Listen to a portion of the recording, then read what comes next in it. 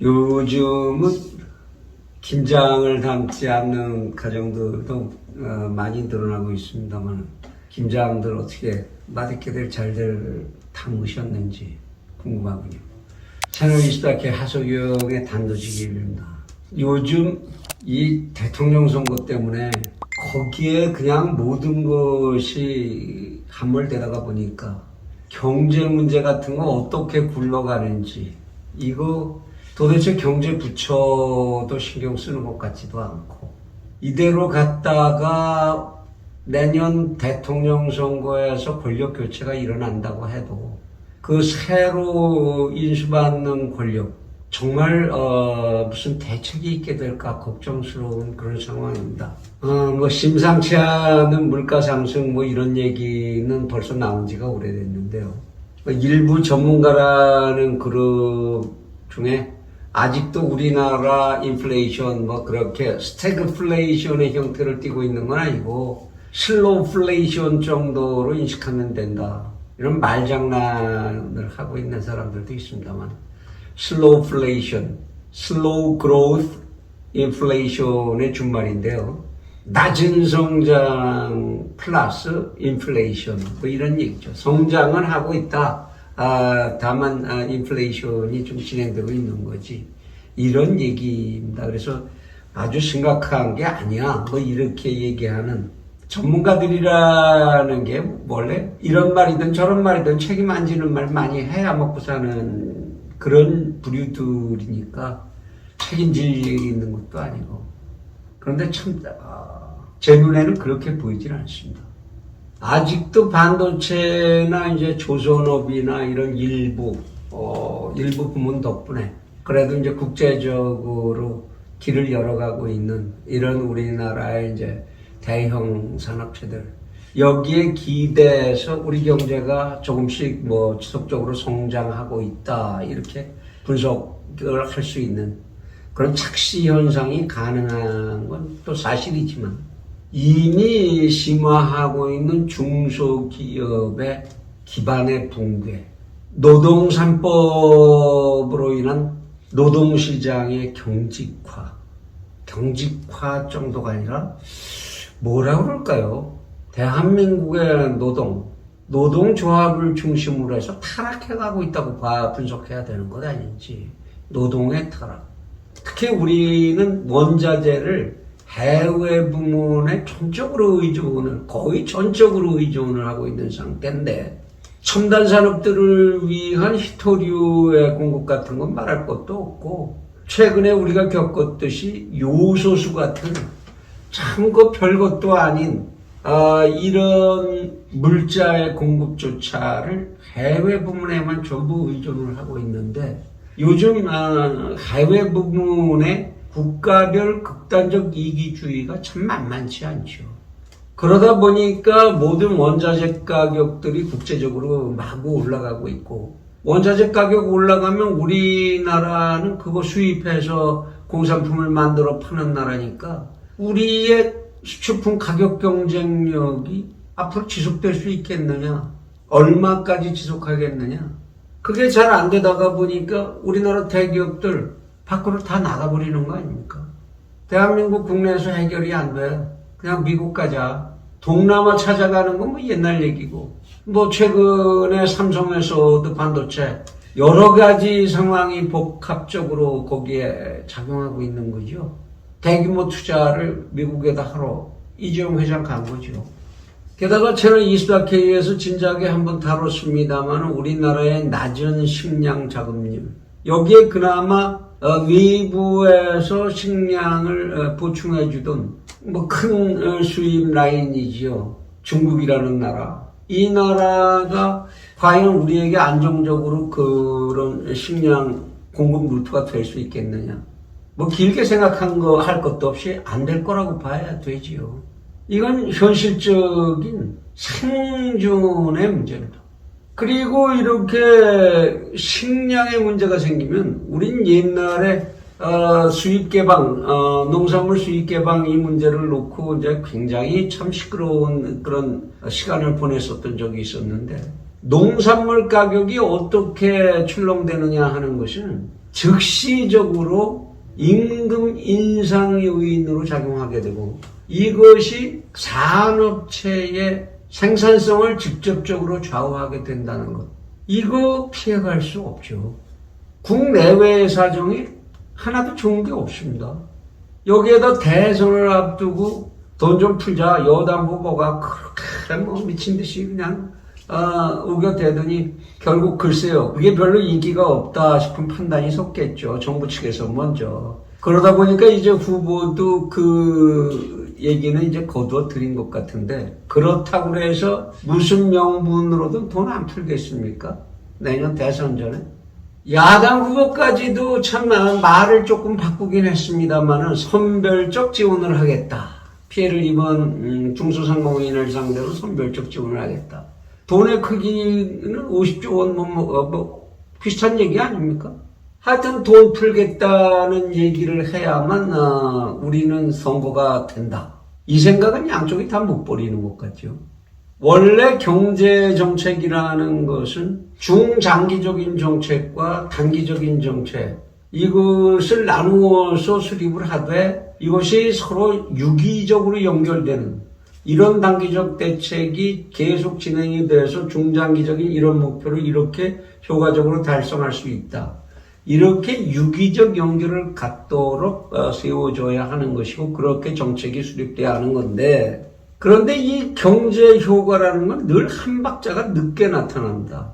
올해 경제 상황이 어떻게 돌아갔느냐 쉽게 얘기해서 올해 총 GDP가 얼마나 됐느냐 이거 제대로 된 집계를 가지려면 아무리 빨리 한국은행이 서둘러도 내년 후반기 가야죠. 물론 일시적으로 임시적으로 만든 이제 통계 수치들을 성질 급하게 이제 만들어내고 그럽니다만은 그거 정확한 건 아니고 이렇게 효과를 측정하고 또 그 효과가 나타나는 것 자체도 또 이렇게 더디게 나타납니다. 오늘 만일 이제 노동규제 3법을 그러면 해제를 하자. 이거 갖고 못 살겠으니까.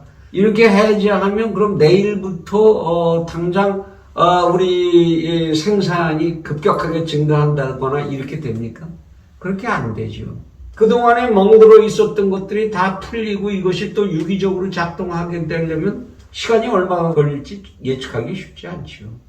그래서 경제적인 정책을 세우려면 항상 그 정책을 세웠을 때 나타나는 효과까지를 측정해서 그때 나타날 작용과 부작용의 문제 이것들을 감안하고 그러니까 항상 한 발 앞을 내다보고 그런 대책을 세우고 정책을 세워야 되는 건데 우리나라가 언제 그런 거 해본 적 있는지 까마득한 옛날 얘기가 돼버렸습니다.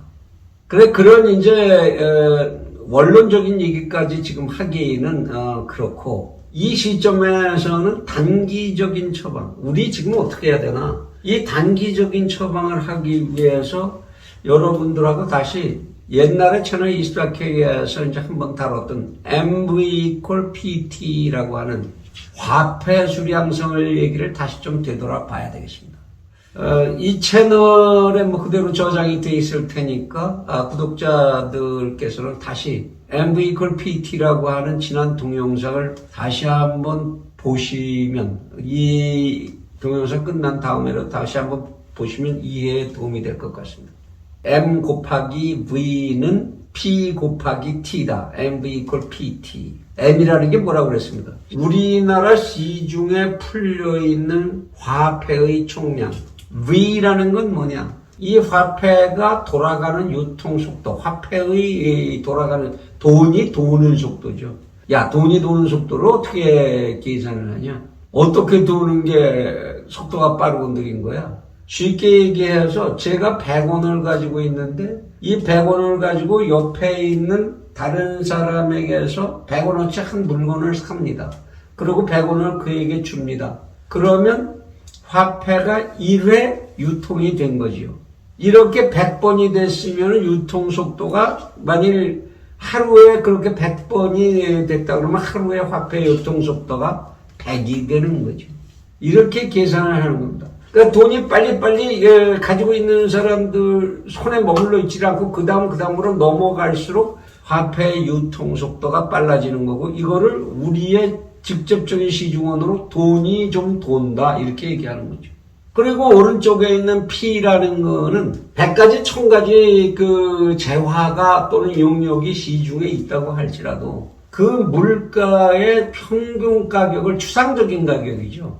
평균 가격을 P라고 한다. 물가 수준이라고 얘기할 수 있는 건데요. T라고 하는 거는 우리가 생산해서 시중에 나와 있는 재화 용역의 총량을 추산치로서 T, 물건량 곱하기 물가 수준. 이 양쪽이 곱하기가 같아진다. 이거 조금 더 이제 자세히 이해하시려면 MVPT 다시 한번 돌려보시면 제가 제 나름대로는 제법 좀 쉽게 설명을 해놨으니까 공부 한번 하시죠, 뭐 이런 때. 이 방정식이 얘기해 주는 게 뭐냐, 결국. 시중에 돌아다니는 화폐의 총량 M이 증가를 합니다. 어떻게 증가하지요? 한국은행에서 돈을 풀면 증가하죠. 한국에서 돈을 푼다는 게 정부가 돈을 푸는 거죠. 어떤 식으로건 뭐 요새 아주 돈 푸는 거 잘들 보셨지 않습니까? 그렇게 해서 화폐량 M이 늘어났는데 돈이 돌아가는 속도 V는 변하지 않는다면 M 곱하기 V는 증가하겠죠. 물론 V가 증가하면 더 빠르게 증가하겠지만 그런데 오른쪽을 보시면 시중의 생산은 침체로 해서 생산은 늘어나질 않아요. T는 늘어나지는 않아. 왼쪽의 크기는 커졌는데 이쪽에서 T는 안 커지고 양쪽이 같아지려면 크기가 같아지려면 뭐가 늘어나야 되나요? P가 늘어나야 되죠. P가 늘어난다라는 건 뭡니까? P가 올라간다는 건 물가가 올라간다라는 얘기죠. 그러니까 시중에다가 돈을 많이 풀면 생산량이 늘어나지 않는 한 물가만 뛰게 돼 있다 이런 얘기입니다. 그러면 이 공식 보면 금방 여러분들도 우리나라 기획재정부 장관 노릇 하실 수 있죠. 그죠? 야, 이런 때 물가 잡으려면 어떻게 해야 되냐? 풀린 돈을 갖다 강제로 회수하든지 아니면 생산을 늘려줘야 되는 거죠. T를 늘려줘야 되는 겁니다. 근데 돈을 강제로 회수하는 지금같이 우리나라 지금 한국은행장이 하고 있는 이자율을 높인다든지 해서 돈을 강제로 회수한다. M의 양을 줄여서 P가 올라가는 걸 잡겠다. 이렇게 하면 은행에서 피 잔뜩 쥐고 이거 갚을 준비 없는 기업이나 가게는 벼랑간 그 부담이 늘어나는 거 어떻게 감당하란 말입니까? 또 그리고 이런 방법을 쓰게 되면 생산이 늘지 않으니까 가계의 소득도 늘지도 않고 이럴 텐데 그 속에서 총 재화의 양까지 줄여서 돈을 이자율을 높여서 부담을 늘리면 가계나 기업이 심리적으로 위축되게 되죠. 경제는 심리다 이런 말이 있죠. 심리적으로 가계와 기업이 위축되게 되면 그 경제는 망하는 겁니다. 그래서 시중에 돈을 함부로 회수하는 거 그렇게 쉬운 일이 아닙니다. 쉬운 얘기 아니죠. 무슨 한국은행에 글쎄요, 얼마나 알곡자리 애들을 가서 이렇게 힘을 쓰는지 모르겠지만, 올려줘, 내려줘, 줄여야 돼, 이런 얘기들 그렇게 쉽게 막 하는데, 물론 그들이 그렇게 쉽게만 얘기할 건 아니겠지만 말입니다. 짜증이 나니까 하는 얘기인데, 한 어린아이가 연못에서 뛰어놀고 있는 개구리한테 돌멩이 하나 던지는 거 쉽게 던질 수 있지만, 맞는 개구리는 생사가 걸린 겁니다. 그래서 가급적 시중의 통화나 시중에서 돈 돌아가는 거는 건드리지 않는 게 좋은 거죠. 그걸 건드리지 않으면서 어떻게 양쪽이 똑같은 크기를 가게 하느냐. 물가는 P는 올라가지 못하게 하고. 그럼 방법이 딱 하나 남습니다. T를 늘리는 거죠. 생산을 늘리는 정책을 써야 한다 이런 얘기입니다. 그럼 양쪽이 크기가 같아지죠. 돈을 푼 만큼 생산이 늘어나도록 생산을 자극하는 정책을 써라 이런 얘기입니다. 그런데 벼랑간 생산 늘려 이렇게 얘기한다고 생산이 늘어날 것도 아닌 건 사실이죠. 벼랑간 생산 늘어나지 않는 생산을 억지로 고무줄이라고 잡아 늘리냐 어떻게 그걸 늘릴 수가 있겠느냐.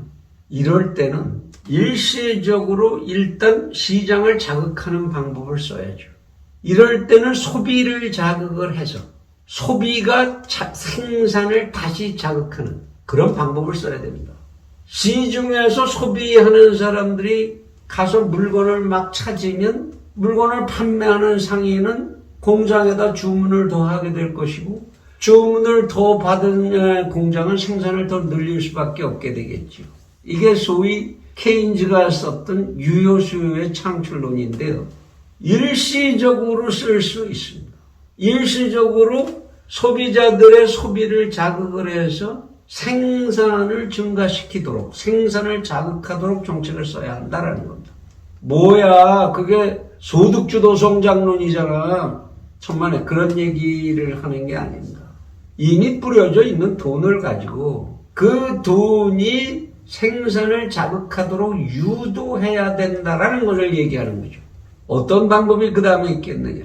그렇게 하려면 각 주요 생산 기업들 그리고 중소상공인들의 조직, 이들에게 적극적인 협력을 정부가 구해야 합니다. 이렇게 돈은 풀려 있는데 생산이 안 늘어서 이렇게 물건값만 올라가니 좀 정부를 도와주셔야 되겠습니다. 어떻게? 박리담회를 좀 해주십시오. 이익을 다소 줄이는 한이 있더라도 소비를 유도할 수 있도록 박리담회 정책으로 가야 합니다. 지금 시중에 돈 풀려서 내 거 잘 팔린다고 나만 좋자고 그렇게 하시지 마시고, 물건값은 최대한으로 어떻게 해서든지 잡고 더 많은 양을 팔자라는 정책으로 중소상공업, 용역을 생산하는 산업 그리고 제조업까지 협력을 해서 이 돈이 생산 현장의 생산을 자극하고 이것이 정상적 궤도로 돌아갈 때까지만 우리 다 같이 힘을 합칩시다.